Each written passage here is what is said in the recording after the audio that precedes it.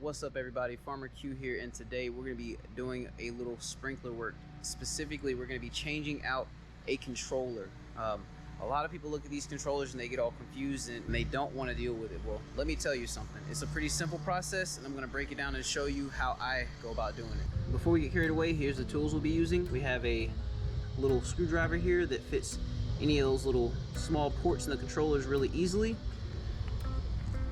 And we also have our Gorilla King wire strippers, and these are awesome for cutting wire, stripping wire, all of that fun stuff. So inside our box here we have an instruction user manual, and we also have our controller, which comes with a regular plug-in, so you don't have to wire anything in. When we take a look at our controller, we can see that it has an off, auto, date time, start time, run time, water days, sensor, seasonal adjust, and manual watering option.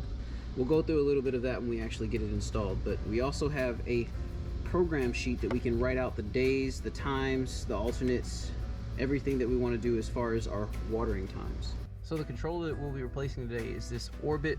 I don't even know what type of controller it is really, but we'll be snatching that out of there. If you look closely here, you can see that there are wire ports, and this controller here specifically has 4 stations. The white wire that we see there is the common wire, and the colored wires each go to an individual station. So first things first, I'm gonna come over here and I'm gonna take a snapshot of how our wires are orientated so that we don't forget when we're taking everything apart. Then we're gonna just come in here and just screw out our wire ports.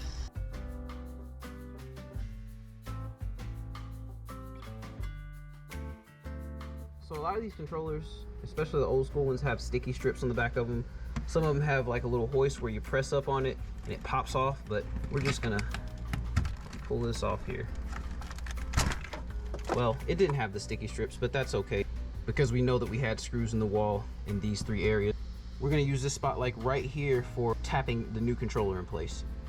So there you go, the controller's out of the wall and it is off of the mount. So you see how the wires are just kind of set up in that spot right there? What you want to do when you're putting your new controller in is check out the spot where the wires can attach. So see here, we have a hole right here. We're going to open this up just like this, and you can open this up. So I wanted to show you all kind of the differences between these 2 controllers, how one has a common and it also has sensor ports as well as power ports, and then one does not have the same thing. This controller is 6 stations, this controller is 8 stations. So now that our spot that we're gonna put our controller is exposed and our wires are hanging in the air like that, we're gonna take our controller and roughly put it where we want it to go, which will be like right here. And then we'll take these wires right here and we'll put them right through this hole right here. Once you get it through that hole, just want to get the rest of the wires kind of through there, just like that. And doing that right there will tell you that you have access to every single one of your wire ports and you have the flexibility that you need. So the reason why we made a mark right here is so that when we have our tap screw for the controller, we can put it exactly right there. And I'll show you that. So in here came 2 screws, and there's 2 screw points to actually mount the controller up. This is the first point, and it goes with this right here. And the second point will be down a little bit right here, and it'll go with this hole up in here. So now what I'm gonna do is I'm gonna take this screw right here, I'm gonna put this right in our mark point right here, and I'm just going to screw this into the wall. There we go. So now I'm gonna take that out. And we have 2 funny looking blue things right here that came with it. These are called drywall screws. You can take this right here and the hole that you just put in there, put this in here just like this. Make sure it's nice and tight. And then you take the same screw right here, you put it in here just like this, and then you screw this into here. And when you're screwing this into here, you want to give it a little push, because what this is doing right here, it's allowing you to screw in to drywall. So now that we're nice and snug and we have our little lip that we want, we take our controller right here, and you see this bracket, how it has a spot that you can hang the controller with. You take it and you do exactly that with it. Just like this. Put it up there and you hang it in place. So now that it's hanging in place, all that we really need to do now is get our second hole set up. So we're gonna make sure that this is pretty straight on the wall here. Use one hand to kind of hold it straight and use the other hand to get a little momentum going on the screw here. Just want to wedge it into the drywall a little bit so it can stay in place, just like that. If I can grab this screw, I'm gonna just screw this in here. I'm really just trying to punch a hole in the wall with this screw so I can come back with my drywall screw.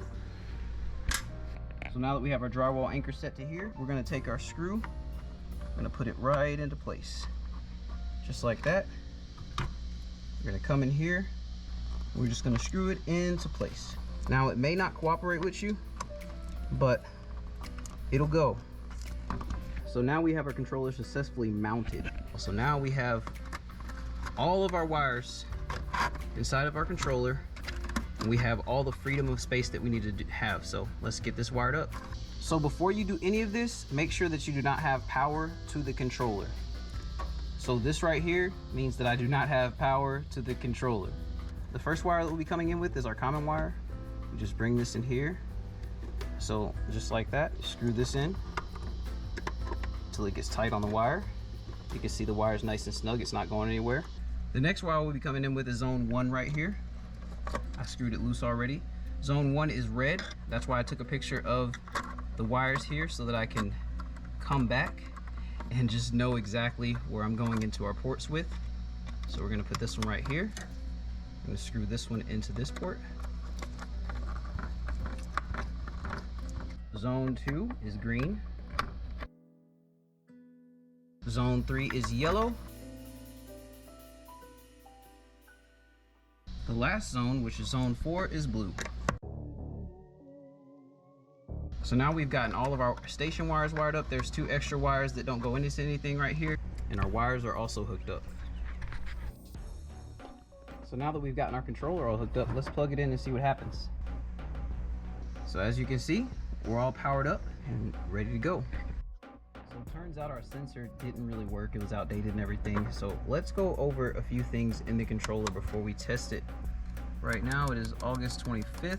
So we're gonna go all the way to 25 here. And then it is August.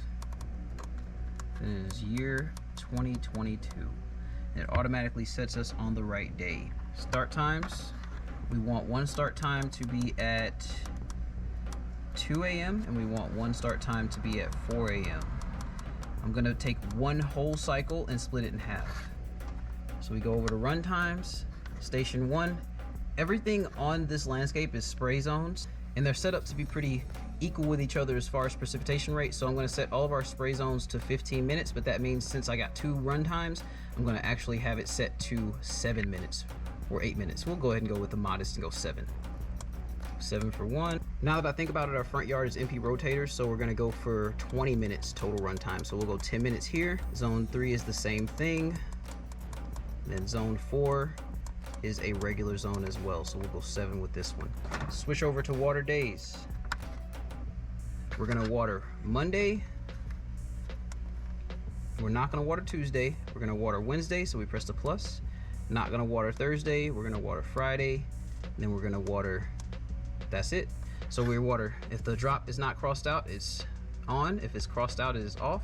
So we're watering Monday, Wednesday, and Friday. Now we go over to sensor. It says active, but there's no sensor inside of it because I took the sensor out of it. We go to seasonal adjust, and all that this means is if you're watering at 100%, now you're now watering at 90%. If it's watering 10 minutes, that's 1 minute less. So it's just percentages. And you can go up and do the same thing and get 1 minute more. That way you don't have to change your programming inside of the controller. You go to manual watering, and that just is what it is. You can individually water your zones, and you can control them manually. And when we go to off, That's exactly what that is. And if we go to auto, our time, day, and everything is set. One more thing before we move on. If you press this button right here that says program select, it goes from program A to program B to program C. We don't need to use any of the other programs, so we're just gonna stick with program A. We're gonna test our zone 4. We're gonna give it a try. So we just hold this button right here to start it on manual. So if we go out here, we see that zone 4 is definitely, in fact, running. And it runs all along the side of this house here. So y'all, we got the controller changed out. Everything's working, everything's operating as it needs to operate. And I hope that I was able to help you get a problem solved in your lawn or garden today.